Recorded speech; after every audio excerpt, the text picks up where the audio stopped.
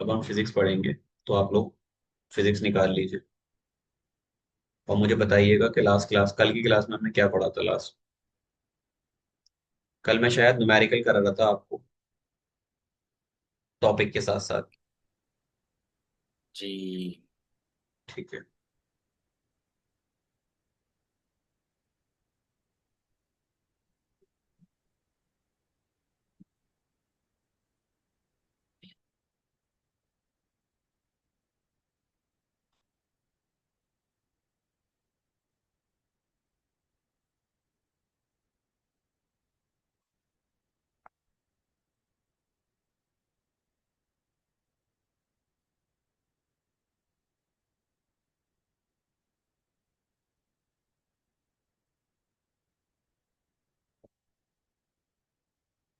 एक मिनट बस मुझे दीजिए, मैं स्टार्ट करता हूँ।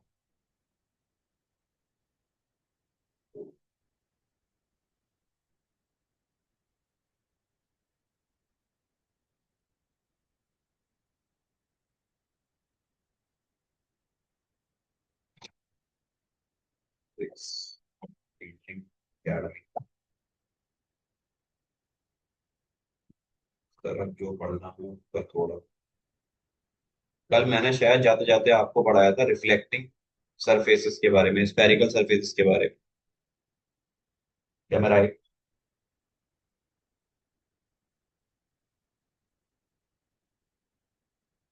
क्यों भाई? चलेगा जी दोनों? सर। और रेहान, आवाज नहीं आ रही आपकी। यस। अब आ रही है। अभी आ रही है। मैं ये बोल रहा था, कल मैंने आपको रिफ्लेक्टिंग सरफेसेस पढ़ाई थी। यस।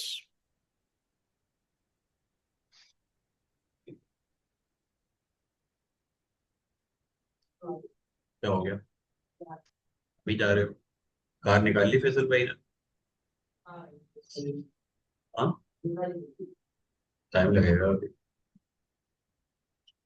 तो भाई पेशेंस रखा अगर, क्यूरियोसिस बहुत ज्यादा आदमी है तो। मोबाइल की तरफ बुक हो गया, टेलीविजन भी बुक हो गया, सारे काम तो हो गए। पहुंच जाऊंगा मैं। ये मत सोचियो कि बुलाऊंगा नहीं, मैं बुला लूंगा। नंबर है मेरा, कॉल कर लेना मुझे।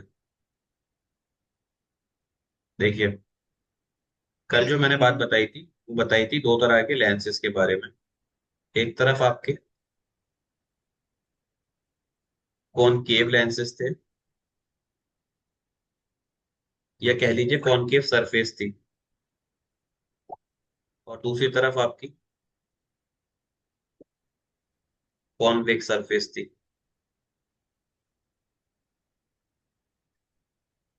तो ये दिखने में कैसे होती है, इसकी बात कर लेते हैं एक और बार। एक ऐसी होती है और एक ऐसी होती है। आप इनके ऊपर लाइट फॉल कीजिए। जब लाइट इस पर ऐसे आएगी तो लाइट इधर चली जाएगी, ऐसे आएगी तो इधर चली जाएगी।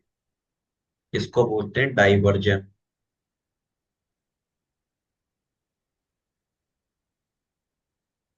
या डाइवर्जेंस। और यहाँ पर ऐसे दिखाइएगा भी कि लाइट इस तरह आ रही है और इस तरह जा रही है, क्योंकि लाइट का आना ही सरफेस डिफाइन करता है। इस पे लाइट इधर से आ रही है,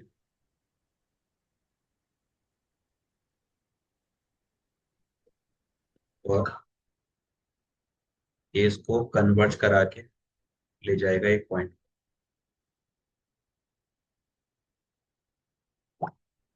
तो ये डाइवर्जेंस है और ये आपका कन्वर्जेंस है, तो हो जाएगा एडिट कर लेना प्लीज। तो ये चीज समझ में आई थी आपके कल की क्लास में, मैंने बताया था। जी। काम कर लिया फेयर जो मैंने कल भेजा था, या भी नहीं किया? नहीं क्या सर? 26 में एग्जाम है तुम्हारा, कब करोगे?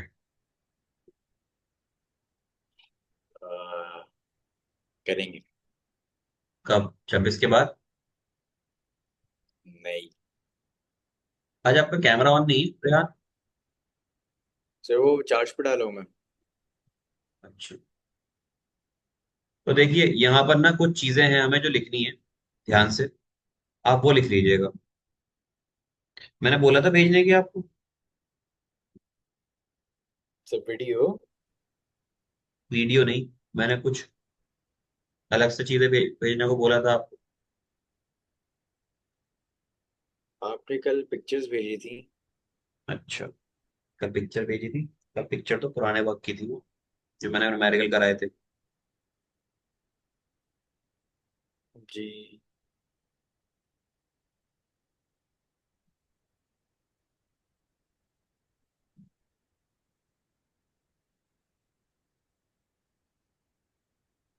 When the object is light in the rarer medium, image will be form is real।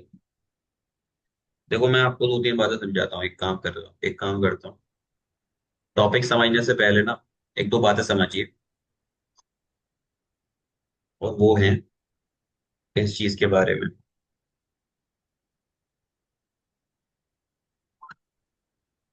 ये आपकी स्फेरिकल सरफेस है।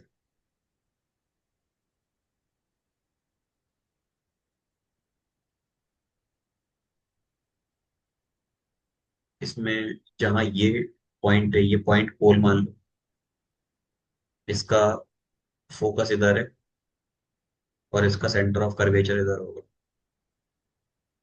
आप लाइट भेजो पैरेलली।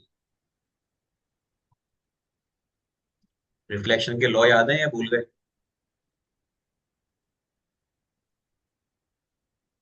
जी। ये मान लीजिए एक साइड ना रेयर मीडियम है, इधर वाले साइड पे आपका रेयर मीडियम है, और इधर है डेंसर मीडियम। ठीक है, एक साइड रेयर और एक साइड डेंसर मीडियम। अब ये सरफेस है आपकी, तो सरफेस पर जो नॉर्मल होगा आपका, वो ये होगा।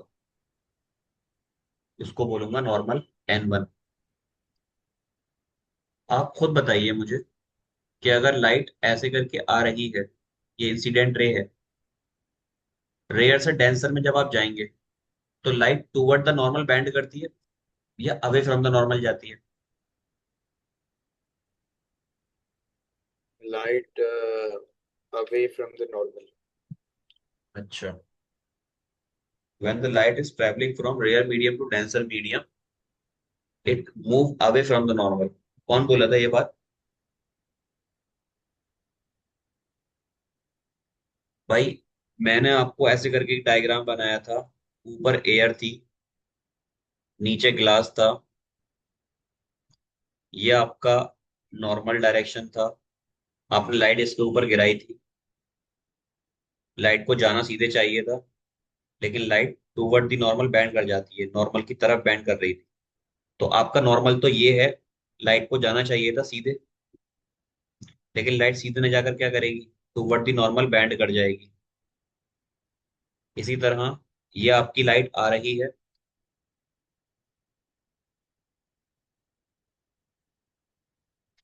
नॉर्मल कहाँ पे होगा? फोकस से एक लाइन डालना सीधे परपेंडिकुलर, ये नॉर्मल हो गई। अब ये नॉर्मल है, लाइट को सीधे जाना चाहिए था, लेकिन रूल कहता है जब लाइट रेयर से डेंसर में जाएगी तो ये टूवर्ड दी नॉर्मल बैंड कर जाएगी। यही तो मैंने बताया था इसके लिए कि ये कौन सा मिरर है आपका, कौन सा स्पेरिकल सरफेस है, this is your concave surface, और ये कॉनकेव लेंस है। इसका नेचर कैसा होता है? इसका नेचर होता है डाइवर्जिंग। तो डाइवर्जिंग क्यों होता है, ये बात समझ में आई है आपके? डाइवर्ज क्यों हो रही है, उसके पीछे का रीजन समझ में आ रहा है?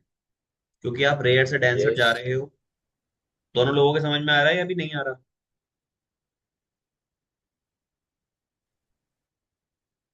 मंतशा समझ में आ जी। रहा है?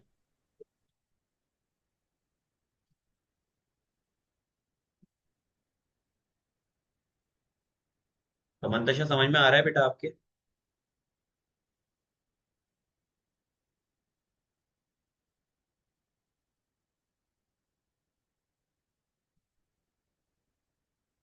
समझ में आ रहा है? जी सर, आ रहे हैं। Okay okay. अगर नहीं आ रहा तो आप मुझे बता दीजिएगा। यहाँ पे एक और चीज समझिएगा। वो कन्वर्ज कैसे मैंने बोल दिया, ऐसे हवा में नहीं बोला। जो रूल्स हमने पढ़े हैं हम उसकी बेसिस पर इनको क्लासिफाई कर रहे हैं। ये देखिए, ये आपकी एक सरफेस थी। ये आपकी सीधी एक लाइन खींचिए आप। आपका ये पोल होगा। इसका फोकस,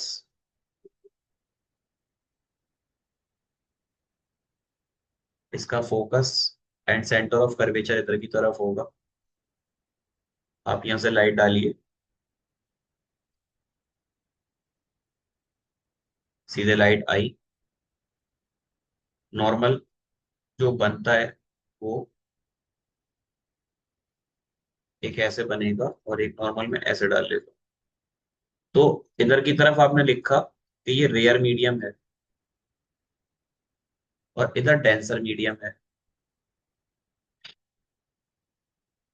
तो यहाँ ना एक चीज देखिए आप, ये आपका नॉर्मल वन है और ये आपका नॉर्मल टू है। आपकी लाइट को जाना चाहिए था सीधे। ठीक है। लाइट सीधे ना जा करके क्या करेगी?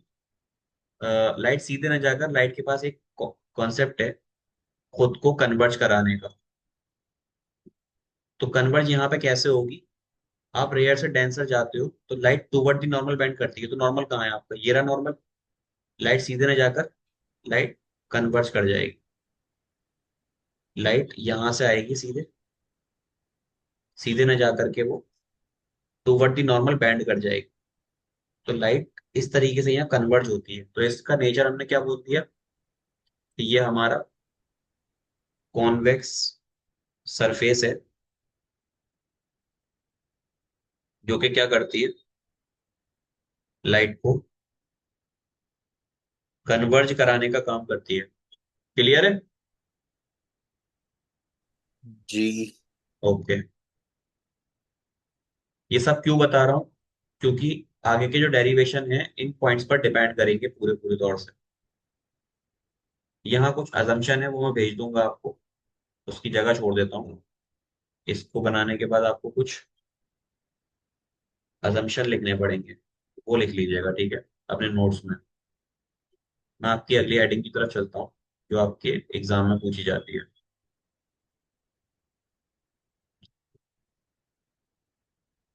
एग्जाम में पूछा जाता है आपसे, when the object is lie in the rare medium, image form is real. ये एक केस है कि जब आपका ऑब्जेक्ट है, when the object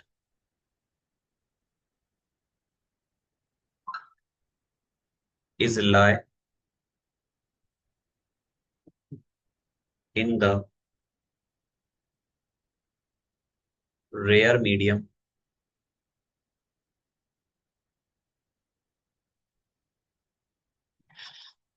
and the image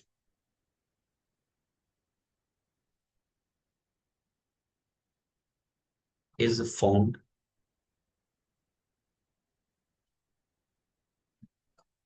real.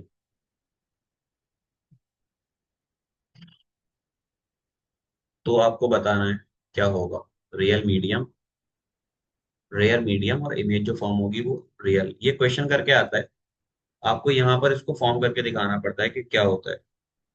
तो आप पहले ये बताइए, जो मैंने लिखा है ये बात समझ में आ रही है? क्या लिखा है मैंने कि आपने ऑब्जेक्ट को रियल मीडियम में रखा है, डेंसर मीडियम में नहीं रखा, और जो आपकी इमेज है वो एक्चुअल में बन रही है। ठीक है। यस। ठीक है। तो मैं यहाँ पर एक डायग्राम फॉर्म करता हूँ ऐसे करके। ये आपका एक सरफेस है जो एक साइड से ऐसे करके कर्व है, ठीक है। इसमें मैंने बीच से एक लाइन खींच ली जो कि हमारा प्रिंसिपल एक्सिस का काम कर सकती है, हम मान लेंगे। अब इन पॉइंट्स के नाम ले लेता हूं। ये है पॉइंट पी। यहां पर हमारा पॉइंट होगा सी, यानी सेंटर ऑफ कर्वेचर, ठीक है। एफ अभी मैं नहीं लिख रहा, अभी आप इतना ही मान लीजिएगा सिर्फ। सेंटर ऑफ कर्वेचर इनफ है क्योंकि मुझे नॉर्मल बनाना होता है यहाँ। ये वाला मीडियम आप मानिएगा रेयर, और इसके अंदर का मीडियम मानिएगा आप डेंसर, ठीक है। यहाँ होने क्या वाला है, आप अज्यूम कीजिए कि आपने जो ऑब्जेक्ट लिया है वो ऑब्जेक्ट ये रखा हुआ, और ऑब्जेक्ट बहुत छोटा ऑब्जेक्ट है, ये पॉइंट ऑब्जेक्ट है।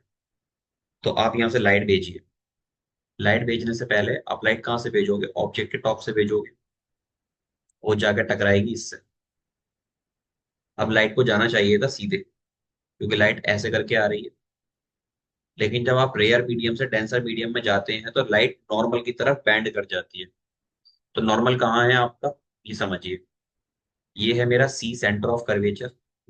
तो आप यहां से एक परपेंडिकुलर डालेंगे जो इस पॉइंट से पास करेगा और सेंटर ऑफ कर्वेचर तक टच करेगा, ठीक है। ये हमारा नॉर्मल हो जाएगा। अब रिफ्लेक्शन का लॉ क्या कहता है, रिफ्रैक्शन का सेकंड लॉ, कि जब आप लाइट को डालते हैं तो रेयर से डेंसर मीडियम जाने में वो जानी चाहिए थी सीधी, लेकिन वो सीधी ने जाकर थोड़ी सी बैंड कर जाएगी। तो मान लीजिए वो बैंड करी और बैंड करके यहां पर जाके गिरी, तो ये आपकी इंसिडेंट रे हो गई, ये आपकी रिफ्रैक्टेड रे हो गई, ठीक है ना। इतनी बात क्लियर है। जी। यहाँ दो तीन चीजें समझिएगा। जहां पर ये आके इस पर गिरेगी ना पॉइंट पर, ये तो आपका ऑब्जेक्ट था, यहाँ बनाता है वो इमेज। तो ये आपकी इमेज हो गई, दिस इज योर इमेज। ये आपका ऑब्जेक्ट हो गया। अब इनका यूज करके हम कुछ चीजें लिखेंगे जो कि हमारे लिए काफी इंपॉर्टेंट है। सबसे पहली चीज, आप यहां से डालिएगा एक परपेंडिकुलर, ठीक है। उसका नाम होगा पी एन। इसका हम यूज करेंगे, और ये मान लीजिएगा कि जो आपको ये दिख रही है ना, ये वाली डिस्टेंस, ये अप्रोक्सीमेटली ना की बराबर की दूरी है। यानी सी से लेके एन तक की दूरी निकालो या सी से लेके पी तक की दूरी निकालो, वो एक बराबर ही मानिएगा। तो ये जो लाइन मैंने ऊपर से गिराई है ना परपेंडिकुलर, ये ऑलमोस्ट नेग्लिजिबल है। नहीं, नहीं, नहीं, गेट नहीं लगाना। तो ये वाली कॉन्सेप्ट समझ में आ रहा है, ये क्या हो रहा है यहाँ पर। अगर मैं सिर्फ डायग्राम बनाता ना इसका ऊपर वाली चीजें बताए बिना, तो वो शायद समझ में नहीं आता, और अभी भी हो सकता है कि आपके समझ में नहीं आ रहा हो। ऐसा ही है क्या, जी, कंफ्यूजिंग लग रहा है। कंफ्यूजिंग लग रहा है, देखो। एक आपके पास ना ऐसे करके मिरर लगा हुआ है यहाँ पर, आप इधर से लाइट डाल रहे हो। लाइट जब मिरर पर डालोगे तो लाइट सीधे जानी चाहिए। मिरर नहीं है, सॉरी, लेंस है। लाइट सीधे जानी चाहिए। अब सीधे ना जाकर वो लाइट बैंड कर रही है। बैंड क्यों कर रही है, क्योंकि यहाँ पर नॉर्मल है। नॉर्मल होने के साथ साथ एक लॉ होता है कि जब लाइट रेयर मीडियम से डेंसर मीडियम में जाती है तो वो नॉर्मल की तरफ बैंड कर जाती है। तो नॉर्मल ये भी है और नॉर्मल इधर भी है। तो लाइट सीधे ना जाकर नॉर्मल की तरफ बैंड कर जाएगी। अब बैंड करेगी तो लाइट कहीं ना कहीं इस पॉइंट पर आकर मिलेगी, तो यहाँ पर आपको इमेज फॉर्म होकर दिखेगी। तो आपने जब ऑब्जेक्ट यहाँ रखा कॉनकेव मिरर के सामने, तो आपको उस ऑब्जेक्ट की जो इमेज मिलेगी वो कहाँ मिलेगी, कौन, कॉन्वेक्स मिरर है, कॉन्वेक्स लेंस। ऑब्जेक्ट सामने रखा कॉन्वेक्स लेंस के, तो इमेज कहाँ मिलेगी आपको, कॉन्वेक्स लेंस के दूसरी साइड टेंसर मीडियम में आपको इमेज मिलेगी। अब यही हम चीज यहाँ से प्रूव करेंगे। आपको यहाँ कुछ एंगल मानने पड़ेंगे, like this is your angle alpha. यहाँ जो एंगल बनेगा वो एंगल बीटा हो जाएगा, और यहाँ जो एंगल बनेगा उसको ले लेंगे एंगल गामा। इतनी बात क्लियर है। जी। अब देखिए यहाँ दो चीजें और ध्यान रखिएगा। एक तो इंसिडेंट रे और नॉर्मल के बीच में जो एंगल बनता है वो होता है एंगल आई, और एक रिफ्रैक्टेड रे और इसके बीच में जो एंगल बनता है उसको बोलते हैं एंगल आर। ये बात क्लियर है। Yes sir. ठीक है। इस डायग्राम को आपने देख लिया ठीक से, क्योंकि ये डायग्राम अभी ऊपर चला जाएगा तो हमें ट्रायंगल के नाम लिखने में दिक्कत होगी। या मैं एक काम करता हूँ, इसको छोटा कर लेता हूँ ताकि आपका डायग्राम भी रहे यहाँ पर। ठीक है, अभी दिख रहा है क्लियरली? जी। ठीक है। अब एक बात बताओ, अगर मैं यहाँ पर वन बाई वन ट्राइंगल लेता हूँ, मैं बात करता हूँ ए ओ सी ट्राइंगल की, नाम दे लो आप इनको पहले। ये है आपका, इस पॉइंट है ना ये वाला, इस पॉइंट का नाम है ए, ये है ओ, ये है सी। तो मैं बात करता हूँ ट्राइंगल ए ओ सी की। ये बताइए, ये ट्राइंगल नजर आ रहा है आपको? हाँ। ये वाला, इस पे मैंने पेन चलाया, फिर उसको देखो क्योंकि मैं उसको मिटाने के लिए आगे लेकर आया। ये ट्राइंगल दिख रहा है ए ओ सी। जी सर। इसमें ये एंगल जो है आपका, ये एक्सटर्नल एंगल है, यानी एंगल आई जो होगा वो बराबर होगा इसके अपोजिट के दोनों एंगल के सम के, यानी angle alpha plus angle beta के बराबर होगा।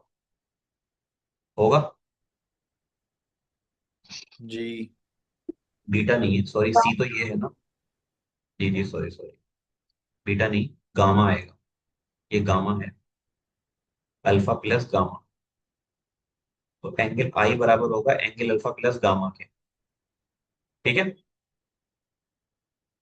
Yes sir. और अगर मैं बात करता हूं इधर एक ट्राइंगल सी ए आई के अंदर, तो सी ए आई देखो, ए सी और आई, दिख रहा है? तो ये जी। वाला ट्राइंगल है सी ए आई, ये वाला ट्राइंगल है। दिख रहा है ना जिसपे पेन चला रहा हूँ? यस। ठीक है। अगर इस ट्राइंगल की मैं बात करूंगा ना, तो ये एंगल मेरा एक्सटर्नल एंगल की तरह काम करता है, तो मैं यहां से लिखूंगा एंगल गामा जो होगा मेरा, वो बराबर होगा angle R plus angle beta. लिख सकता हूँ? यस। यहां से एंगल आर जो होगा वो किसके बराबर आएगा? वो आएगा angle gamma minus angle beta आएगा। जी सर। और यहाँ पर आपने एंगल आई की वैल्यू ऑलरेडी निकाल रखी है। तो एक चीज ध्यान रखिएगा, आपको स्मॉल एंगल पता है? स्मॉल एंगल का कॉन्सेप्ट क्या होता है, वेरी स्मॉल एंगल का?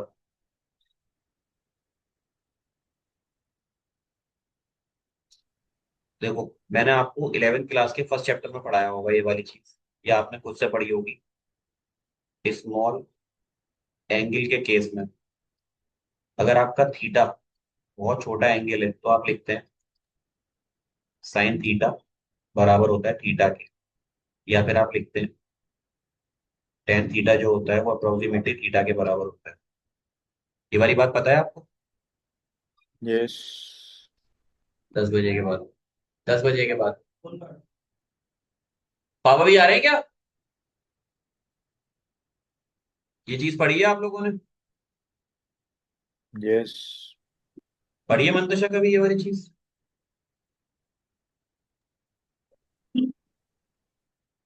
तो देखिए, अब यहाँ पे मैं क्या करूंगा, यहाँ पर जो ये चीजें आपको दे रखी है ना, ये एंगल्स, क्या मैं लिख सकता हूँ उनको?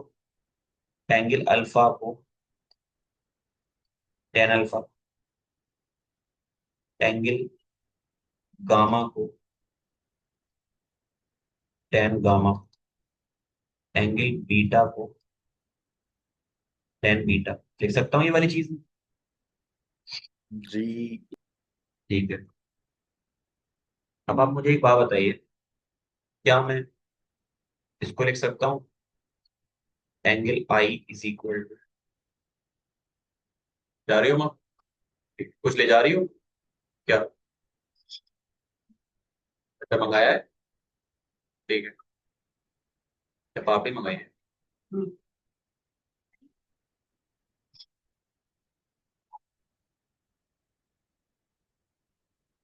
मैं भी आ जाऊंगा। घर नहीं आऊँ। ये हो जाएगा 10 अल्फा प्लस 10 गामा, और यहां से एंगल आर जो होगा उसको मैं लिख सकता हूँ 10 - 10 बीटा।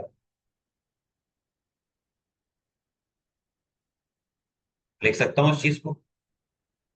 यस। ये रे ऑप्टिक वेव ऑप्टिक टफ इसलिए है क्योंकि उसमें मैथमेटिक्स ज्यादा लगती है, और जो पीसीबी वाले बच्चे होते हैं उनको दिक्कत आती है। मैथमेटिक्स वालों को नहीं आती क्योंकि मैथमेटिक्स वाले इतनी चीजें एडजस्ट कर सकते हैं। तो इसलिए बोलते हैं लोग कि रे ऑप्टिक बहुत ज्यादा टिपिकल है, ऐसा नहीं है। बस एक दो बार यही चीज हम 5-6 बार करेंगे ना, अलग अलग चीज तरीके से, तो हमें ये इजी लगने लगेगा। अभी हम पहली बार कर रहे हैं तो हो सकता है हमें थोड़ा सा टफ लगे। तो ये चीज समझ में आई आपके? देखो यहाँ जो कॉन्सेप्ट था ये 11th वाला था, तो मैंने आपको साइड से इसको बता दिया। ठीक है। जी। अब दोबारा से मैं डायग्राम आपको दिखाऊंगा क्योंकि उसकी नीड पड़ेगी हमें। ये रहा। अगर मैं यहाँ से अल्फा की जगह, मुझे बताइए आप, अगर मैं 10 अल्फा लिखना चाहूँ, 10 अल्फा, तो परपेंडिकुलर अपॉन बेस होता है।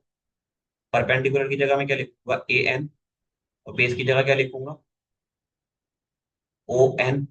ये तो लिखूंगा an अपॉन on। क्लियर है इतनी बात? जी। अगर मुझे 10 बीटा लिखना है, 10 बीटा कितना होगा? 10 बीटा के लिए पहले 10 बीटा देखो ये है, उसके लिए आप ट्राइंगल देखोगे ये वाला, ये वाला। ठीक है।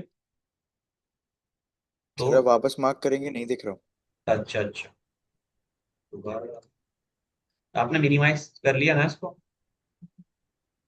देखिए 10 बीटा जी, के लिए आप एक्सक्यूज मी। ट्राइंगल देखोगे ये वाला, जी। ये वाला जो है। तो अगर मुझे 10 बीटा लिखना है तो मैं क्या लिखूंगा?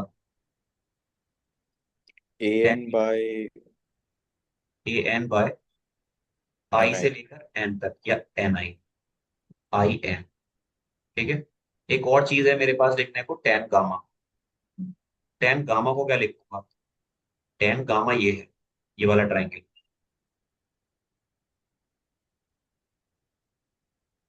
यही है। जी। अच्छा चीजें मैं हटा देता हूँ ताकि इसमें जो बार बार दो निशान लगाए हैं कंफ्यूजन न दे।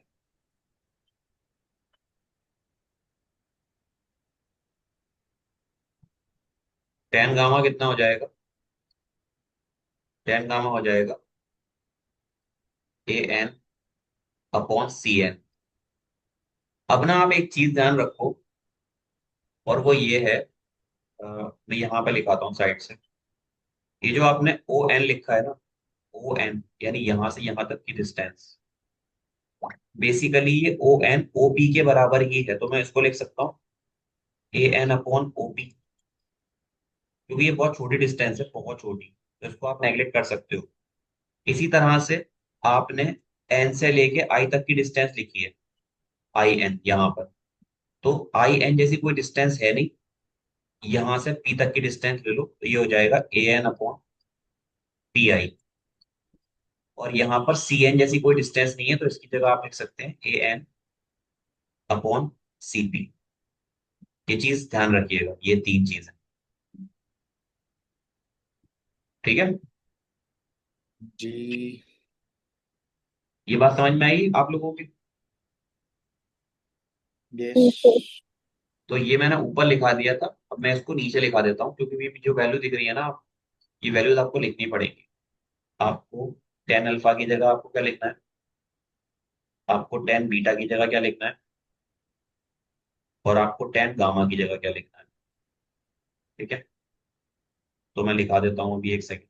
10 अल्फा कितना है, 10 बीटा कितना है, 10 गामा है यार। ऊपर से देख के लिखा हूँ। लिखा आपने ऊपर लिखा था क्या था? ये देखा? नो। रहने दीजिए।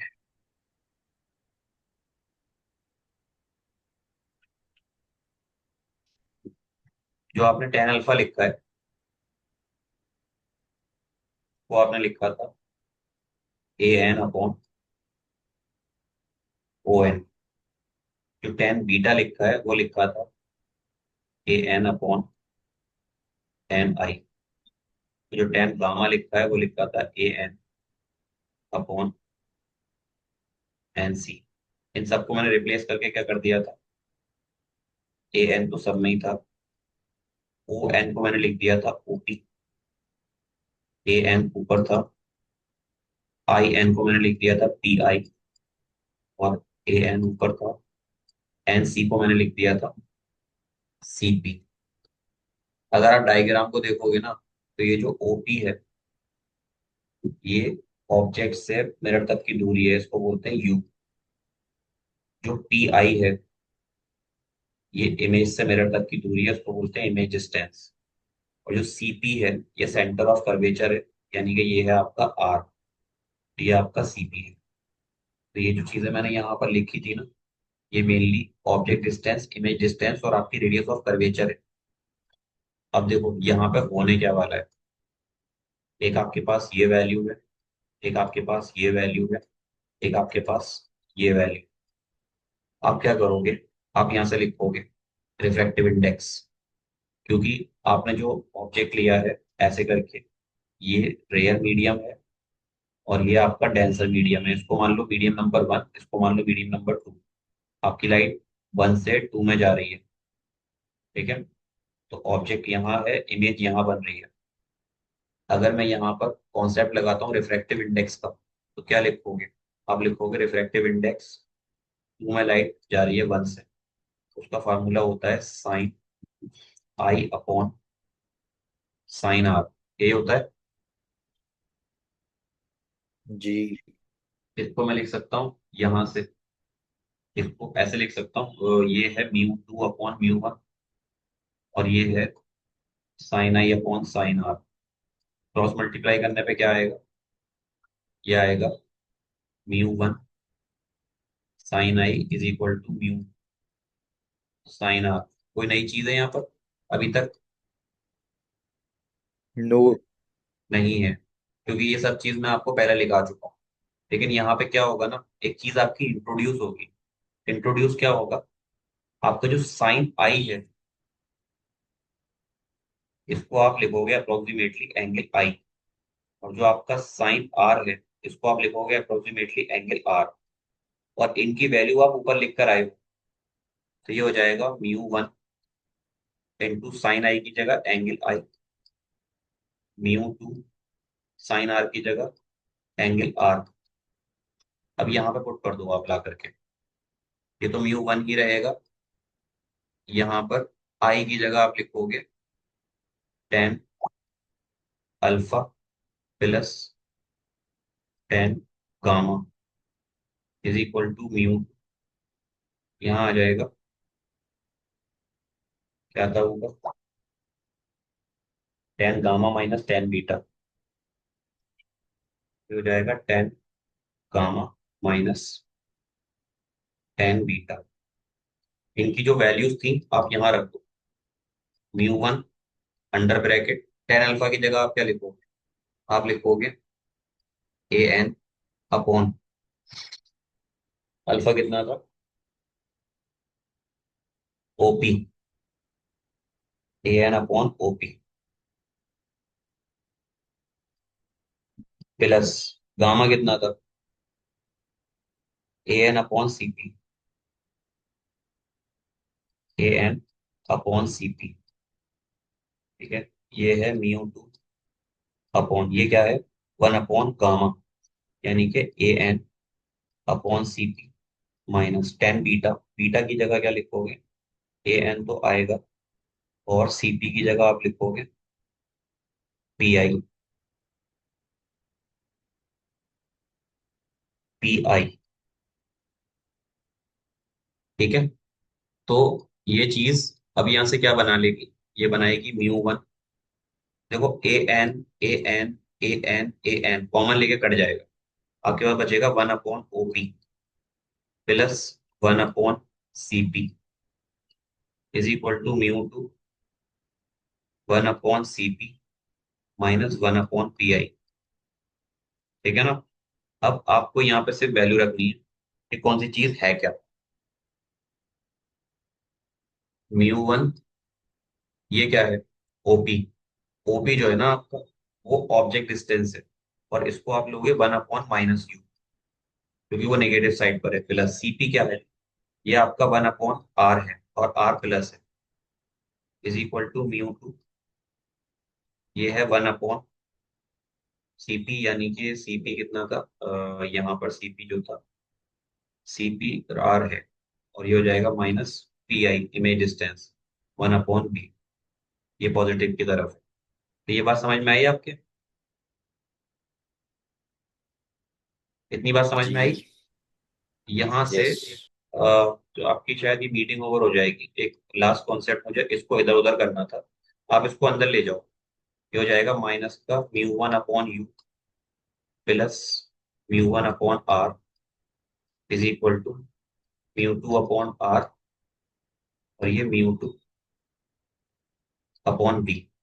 ठीक है, इसको आप एडजस्ट कर लीजिएगा, ये इधर और ये इधर ले लीजिएगा। ये हो जाएगा mu 2/R minus mu 1/R, और ये इधर आएगा